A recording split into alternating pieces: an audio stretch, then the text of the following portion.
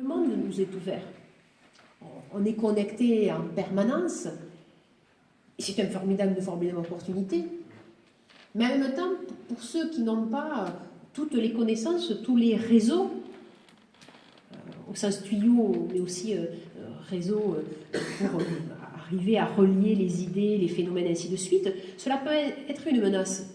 Et c'est pourquoi il faut que nous ayons, dans cette nouvelle génération d'élus que nous allons élire, ces députés qui sont en capacité d'expliquer le monde, d'expliquer la complexité, mais en s'adressant avec des mots simples pour le public.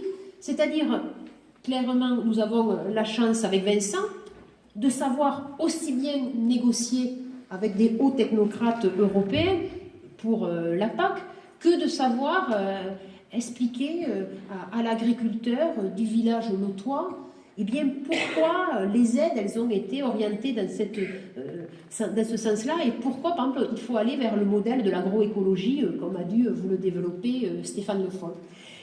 Et moi, je pense que dans ce contexte qui est inédit, il faut d'autant plus avoir des parlementaires qui seront amener cette réalité sous les ordres de la République, amener les technocrates, parce qu'il y en a beaucoup dans les cabinets ministériels, j'ai été ministre, je l'ai vécu ce que c'est, mais qui leur amener sur cette réalité-là et qui puissent continuer à être accessibles. On ne veut plus d'élus qui sont des notables, on veut des élus qui sont dans la vie réelle et qui puissent être interpellés et qui puissent être dans la simplicité du rapport. On est dans un contexte inédit également, puisque dans le choix de la composition du gouvernement, cela a été dit, un Premier ministre de droite et les principaux ministres, d'ailleurs ceux de Bercy, de droite. Il ne faut pas se mentir. Bercy, c'est un État dans l'État. Quand vous avez le Premier ministre qui est de droite et les deux ministres de Bercy qui sont de droite aussi, ça donne une orientation forte. Et en plus, il y a un choix qui a été fait, qui moi m'a quand même beaucoup interrogé.